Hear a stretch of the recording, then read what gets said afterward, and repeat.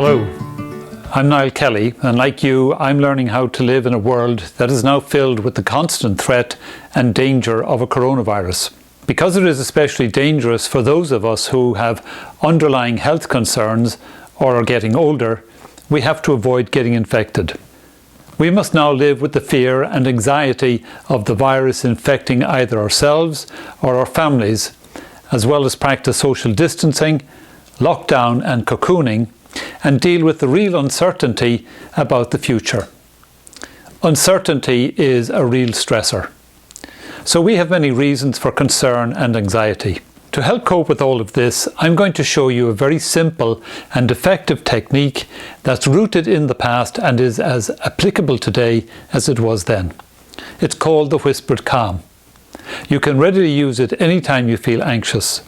It works by getting more air and oxygen into your lungs and also helps you to expand your chest and lungs, keeping them flexible. This is just what we need in today's world. I've also included explanations of how we are getting anxious and stressed and why the whispered calm is so effective. Nothing presented here is intended to replace medical advice. If you're experiencing any sense of being unwell in any way, please consult your doctor without delay. And before you start, please note that slowing down your breathing can slow down your heart rate. As a result, you may experience some temporary lightheadedness or dizziness. Take a slow, gentle approach to practicing this technique.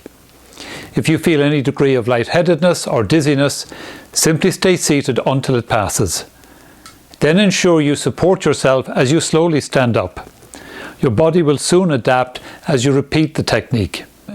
I want to explain the whispered calm in 4 parts. There's 1, preparation, 2 is breath awareness, 3, centering and giving yourself permission, and 4, the actual whispered calm. Now it sounds like a complicated piece, but it's actually much quicker when you're doing it than it is explaining it. So in the preparation, where possible, use an upright chair. It helps to balance us and it brings our skeleton into use. Bones don't fatigue, so they can support us effortlessly rather than having to use our already tensed up muscles. It helps to free up our belly, back, ribs, chest, shoulder and neck.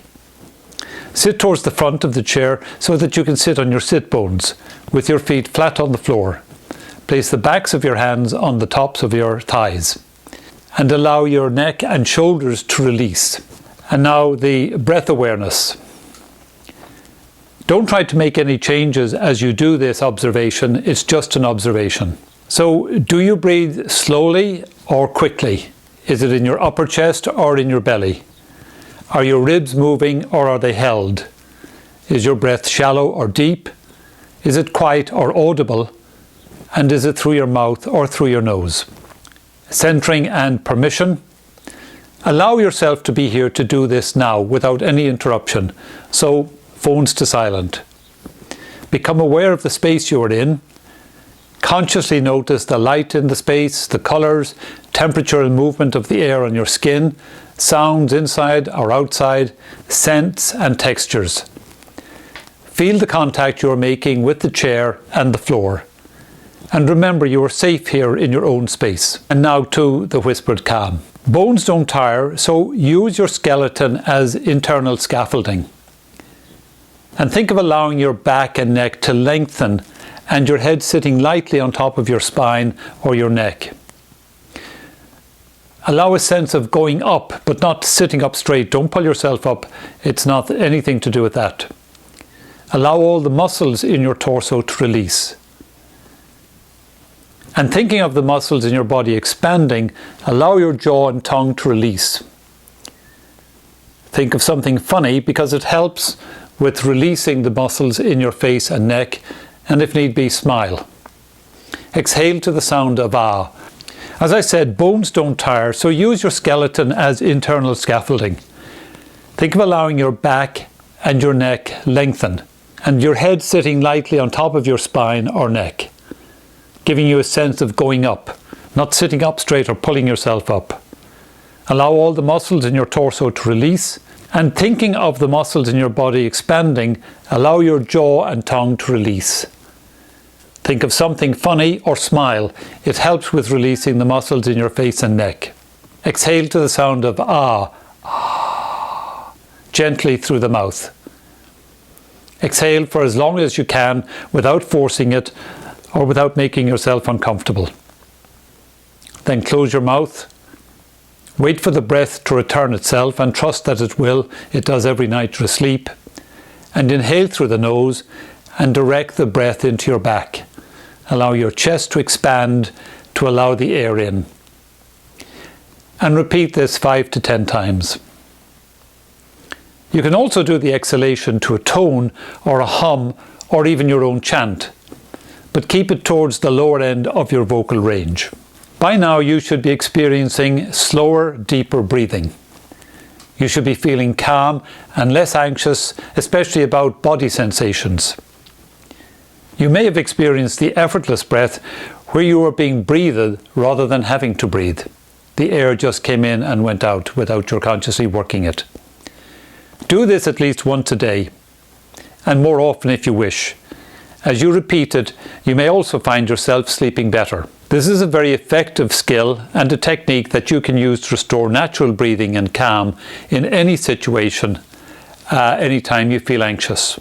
Now that you know what to do when you are anxious, let me explain why we get anxious and why the whispered calm is so effective, particularly in these times. Basically, it's a mind-body thing. It's not either one or the other, it's both. Addressing one without addressing the other is not very effective and can leave you feeling that you're working and getting no results. Our natural response to threat and danger is to tense up our muscles and hold our breath to protect ourselves. It's almost as if we're trying to make ourselves smaller or invisible to the threat and danger. Unfortunately, chronic muscle tensioning and breath holding result in muscle fatigue and brain fog. You can't fight a virus or run away from it, especially if you're over 70. If we tense our muscles and restrict our breath for too long, we end up feeling tired and exhausted without knowing why.